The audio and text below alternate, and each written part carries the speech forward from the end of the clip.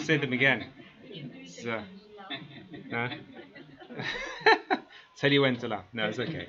Alhamdulillah, he gets spared from my joke. So there are two methods when we talk about how to learn Arabic. There's two methods that people adopt. I'm not here to say. Obviously, they're both very, very good. The first one is Arabic as a second language or a foreign language, where you learn reading, writing, listening, and speaking. And for this, we have our world expert in Solihull, my mum, who's been doing it for decades, and she's very, very good at it. And I've done it, and my kids are going through that method. And often we don't realize the gems we have in the community, but that's just the way life is. So if you want, you get a good grounding with all four. Got a couple of students here, I'm assuming, who going through that method, which is a very good method, mashallah. And it's taught at our Sunday schools, you can see here. Or the other method is focusing just on reading. Okay, so you focus just on reading and to understand the Quran in particular. Okay, so that's the second method. ما بتفرق معي بس I'm okay. بس بالعكس بنحب عشان نشوف شلون طالع. No, it's not readable. Oh, it's not readable. Oh, I see. Okay, I get what you did. I get when my dad said that. Okay, let's do that then. Yeah. Okay, I didn't realize that's what you were seeing on there. You don't.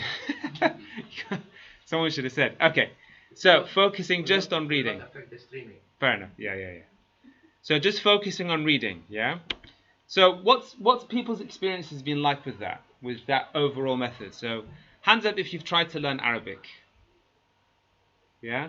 So other than Sunday school kids, because I know the method that you're using, so what's your experience been like? Those who put their hand up. How did you do it? What happened? You can speak as well, Dora, but let's just see some of the other people who I know they don't go to Sunday school. And then we can come back to you. Yes. Well, I mean, in the beginning, just for specifically for Quran, when I started learning Quran, so in our mosque, we learned how to read first. Yeah. And then when we finished the Quran, this second class was reading with translation. Okay. So you the way you learn Arabic is to read the translation. Did you do any grammar, anything like that? Just kind of a little bit. Okay. What did you do? The teacher, who was my grandfather as well. Oh, mashallah. So he used to teach us the translation and would tell us a little bit about this word means this, so that the next time when it comes, then we remember the word, and then we know what the translation is for that word. And because Urdu has lots of Arabic words in it, so he would say, okay, this is the word which you use in Urdu already, so you know this. So that kind of thing. Okay. So that's how we learned. Obviously, it wasn't very good because we basically memorized it, because we had to actually, the next day we had to go and do the translation in front of him, and if you don't know, he won't be very happy. So through the translation. Okay, brilliant. Jazakallah khair. So and then here in our Highlands, there was a Arabic. There was a course done for 3 months. I think Brother Athar's son and Usman. Oh yeah. The what's it called again? SubhanAllah. What's it called? I can't remember now. Yeah, I know the one you're talking about. Yeah, the names escaped my mind. Then I did that. You did that one as well. Okay, brilliant. Anybody else? Jazakallah khair, Dr. Yes. So you've done grammar then, if you did that one. Yeah. Apart from learning the reading Quran in the schools, when we were 4 or 5, we had these subjects that we were learning it, how to read, and at that time there was grammar involved as well. How did you find the grammar? Did you find it easy, difficult, enjoyable? The way I'll say it was explained, maybe it didn't make sense at that time, but they were trying to make us memorize certain things, which now I look back when I had my some lessons from my teacher about that on Sunday week class, and then made sense. Okay, it was that the mile, and they were trying to do. Okay. If we had understood then at that time, maybe it would have been easy to learn. Jazakallah khair. Very interesting. Anybody else want to throw something in? Yes, Dua? I don't really learn my Arabic in Sunday school. I usually learn it from my of Friday school. So Because you go to a full-time Islamic school. Yeah. Yeah, yeah. So we started with the Arabic first and like how to write and stuff, and then we moved on to like the simple bits like animals and then colors and numbers. So you're doing vocab, yeah? Yeah, we've already done those, and then we did kind of like the simple starter bits like huwa, here, and the and he, like the Pronouns. they, yeah, like Okay, brilliant. Thank you, Dua.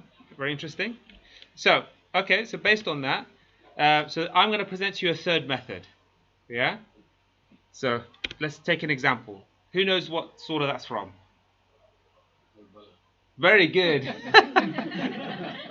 وَهَدَيْنَاهُ النَّجْدَيْنِ. Yeah? So, and we guided him the two clear ways. Okay?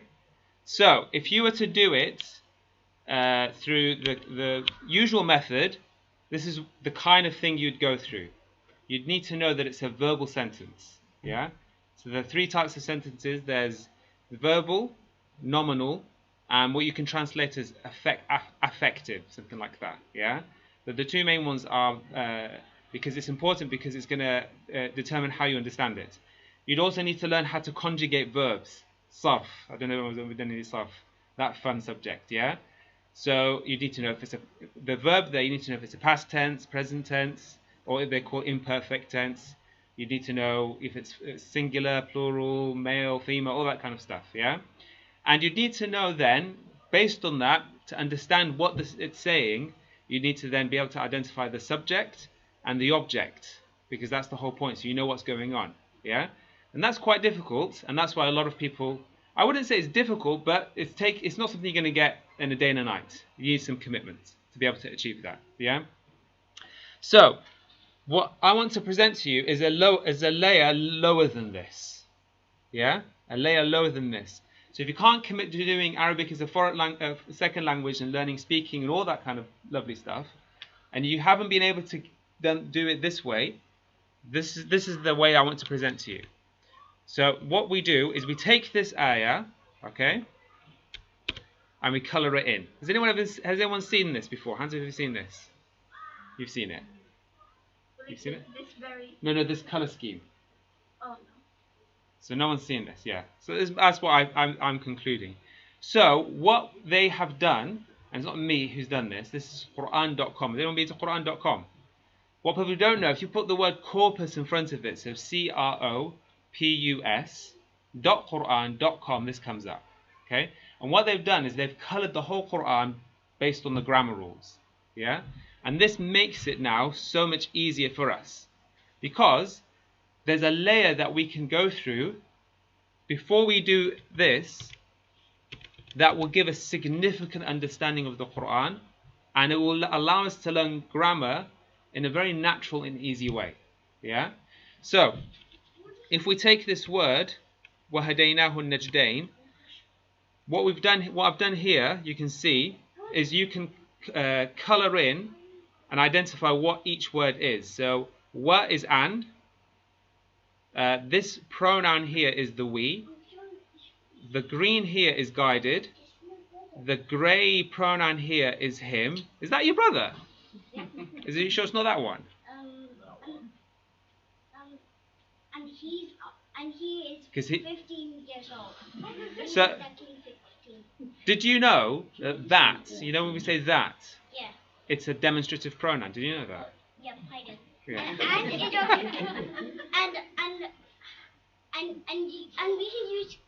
And you can use adjectives for like words. Mashallah, mashallah.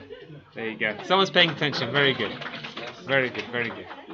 So, him is the light grey. And then you've got the, which is this here. And then two clear ways is this blue. Okay? So,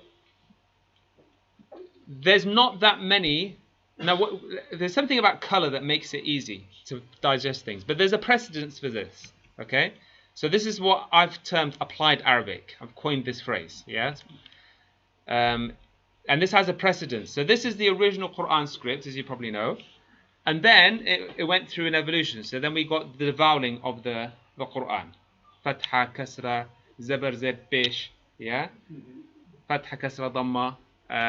And then a recent development was the tajweed colors. Hands up if you know the tajweed colors. Yeah, so that's a bit more well known now. Yeah, so qalqala's light blue, and then you've got the madda red, and it's just made it easier. Because otherwise you have to learn qatbu jad, khussa dakhtin qiz, yarmalun. You know, have to learn all these acronyms to be able to take it. Whereas somebody who doesn't know these acronyms can read with tajweed to a decent level, actually, to quite a decent level, with just doing the colors. So this has a precedence. So what and the thing with this, what's quite incredible about this, you only need to know, I think it's about 12 concepts, and it will give you 90% of the Quran. So 90% of these colors are through just about 12 concepts, which I'm going to go through now. Yeah, and let's do it. So you've got number one is pronouns. Pronouns is probably the hardest one because there are 3 types of pronouns. Yeah, and it's all to do with what the pronoun is attached to. You've got pronouns that stand by themselves. You've got pronouns that attach to verbs. You've got pronouns attached to nouns, and they can mean different things. Yeah. So in English you have pronouns. You also have possessive pronouns, and you have object pronouns. And in Arabic, depending on what it's attached to, will determine which of the 3 it is. So that's probably the one's a bit more tricky. But the other ones are quite easy. So definition is just al. I think most of you probably know that. That al is it gives the word definition, makes it definite. Conjunctions, which is or and. Prepositions, which is p. Some people might be familiar with harf jar, which is a preposition. Demonstrative pronouns, as was demonstrated by our lovely brother, came out just now. Demonstrative pronouns. And then you have adverbs of time and adverbs of location. And then you have relative pronouns. Okay. Now the reason why I said about 13 is because I've also you can also cover like gender. When you do pronouns, it's good to also cover gender, a plurality, and also first, second, and third person when you're covering pronouns, because then otherwise you can't really understand pronouns properly. Yeah. But here there's only 7. Yeah. And then also verbs, nouns, and proper nouns. So my dad, when he was talking before about the surah about the name of Allah, so from a grammar perspective, you'd call that a proper noun because that's the name of Allah. It's not just a noun. Like Yusuf, for example, is a proper noun, but he is a boy, is a noun. Yeah, and that's it. That's it. Now, when you now look at Surah Al-Ikhlas like this, it's quite an interesting way to read the surah. And without the translation, you can get quite a good understanding of what's going on. If you know what those symbols mean, yeah? You know, qul is a verb, okay, say, understand that. Huwa is talking about, who's it talking about? Qul huwa. So Allah. Allah, yeah, because that's what a pronoun is. It's instead of using the noun itself, you can use a pronoun. Allah, we know it's a proper noun, yeah. Ahad is a noun, and you have another proper noun after it. So those are all, I've mentioned all of those. Allahu Samad, proper noun, noun. Neg, we'll come back to that later. Verb we've covered. Conjunction we've covered. Another neg. Verb. And then we have conjunction. Another verb. Preposition. Pronoun. Noun, noun. Yeah? That's it. That's 90% of Surah Al-Ikhlas. Okay? Qul a'udhu birabbin nas. Qul a'udhu birabbin nas is 100%. We actually, all of those, I know it's a bit small, but 100% of those are in the list that I gave you. So we just got verbs, prepositions, nouns, relative pronouns, etc. So it's actually sometimes even more than 90%. Yeah. So that once you have that framework, what you can do is you can read the Quran with this understanding. So you have when you approach the Quran, rather than reading it, you with just the Arabic and no understanding, read it on the website of corpus.quran.com. And what would be really good is if you can, let's go back to Surah Al-Balad, you can identify in the translation what is what. So وَهَدَيْنَاهُ, and we guided him. Yeah, that's what that means, isn't it? وَهَدَيْنَاهُ. So which word is in English? Without me showing the translation, can anyone have a go at doing that? And we guided him. One, Yusuf, you want to go? Wow means And, yeah, good. Hada mean guided. Good. And then we him. Nahu. So what's what? Which is we and which one's who? Which is him? Nahu him. No. Na, because you've got two pronouns here. Na is a pronoun and hu is a pronoun. So which is which? One of them is we and one of them is him. So you see, you're going to guess either way. 50-50 chance. What do you think, Dua? I don't know who is him. Who is him? Yeah? So na is? Na is we. We. Very good. Yeah? So you can see it. And we guided him. Yeah? And that's it. Like, أعطيناك. Inna أعطيناك الكوثر. أعطيناك is like a sentence. أعطيناك. So you've got two pronouns in there again. And again, this is the thing, is that the translation, Brother Mudassir was saying, or Dr. Mudassir was saying, really a good point. That is, you can learn the Quranic Arabic by learning 77,000 words. That's one way of doing it. Yeah? But what this does, as opposed to relearning that وَهَدَيْنَاهُ is and we guided him, you don't need to do that, because hu is going to repeat in the Quran all the time. And na is going to repeat all the time. And wa is going to repeat all the time. So you actually only need to learn a few of them. But you just get with the color, what the color does, it changes it from being black and quite difficult to decipher, so it just makes it easier to spot what everything is. Yeah?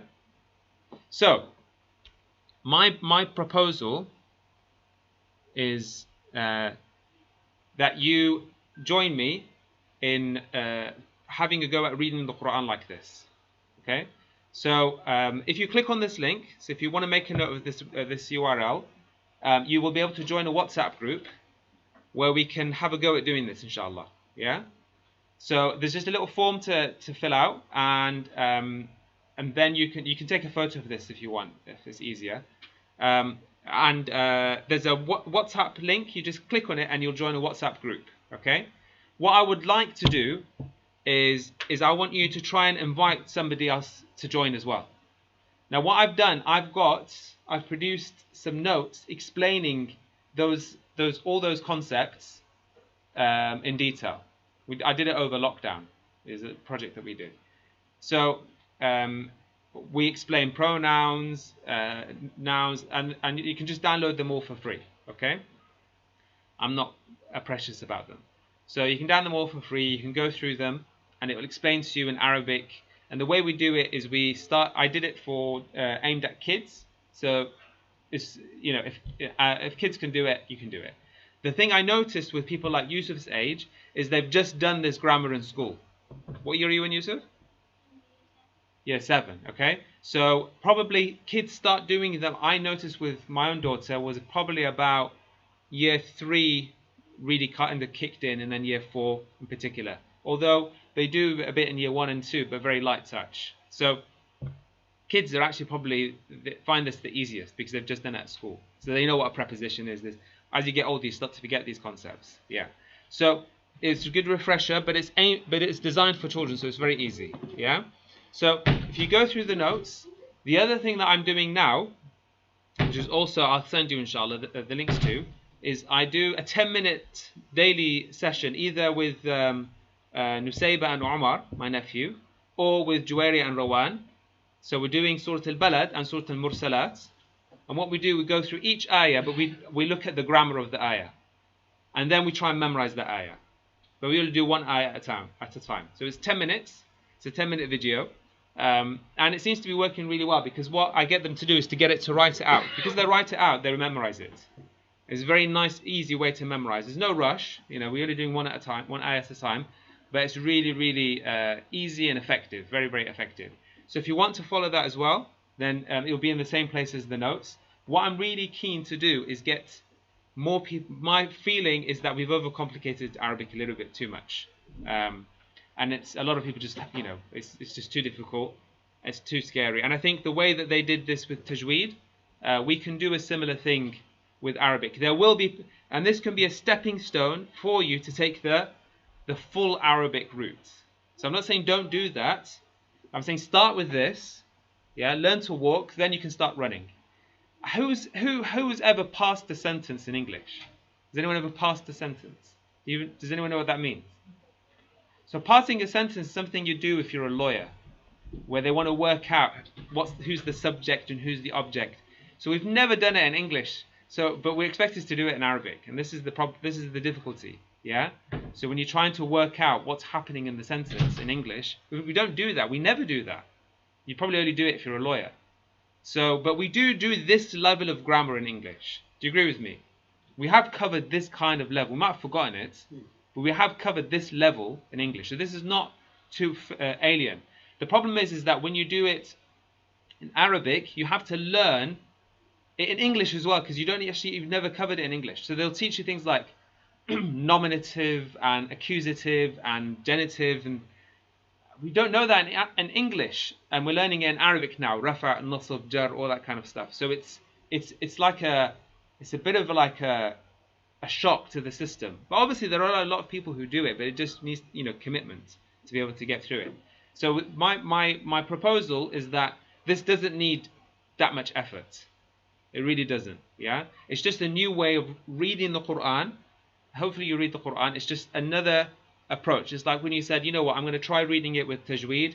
I'll do the tajweed colours, see how I get on, inshallah. Okay. So make sure you take a note of that, and I want you to share this, please. Yeah, I want you to share this. I'd love to get out of there. I've said I want to carry on my mum's legacy. My mum's an Arabic teacher, and this is something that I would love. Ultimately, she's my first and most important Arabic teacher, and I still think that she is a legend. She's very good at it. But I think that again, Arabic as a second language does need a lot of commitment. Unless you are a hostage, otherwise known as a student, yeah. You don't have a choice. You go into school, so you do it. But adults, we've got a choice, so we just leave it. We find it too difficult, or we get busy. So that's the challenge. So what do people think? Well, that's it, really. I don't have anything else. So you can learn how to learn Arabic in 30 minutes. Yeah. So alhamdulillah. I think my dad said to me, "Have you ever taught in Arabic in 30 minutes?" And I said, "No." So I thought, okay, he said, "Then change the title." It's like, well, it's supposed to be provocative. See, I said to my dad when he gave the mortgage lecture, like he's done loads of talks on economics, didn't get the same. When you put a title that's a bit, and attracts people, sometimes you have to be a bit sort of provocative or like controversial. But I think you understand now what I meant, inshallah. What do people think? What's the feedback? Yes, sir. So there are going to be physical exercises. We are still focused on that. We can still do that if you want. No, No, it was a joke. It was a joke. Okay. Anything else? No. Okay. So let's see if and I would like if people do start following this is to feedback if you notice any mistakes, anything like that. Please do let me know, inshallah. We have some fun. Can keyboard pray downstairs? So I prayed with them upstairs. Okay. We need somebody who has a hot topic, want to talk next week. A brother or sister. So if you want, any of you want to talk next week, either you tell us now or you tell us, send us a text message or something. Otherwise, you end having these old guys who've been repeating that. I mean, all the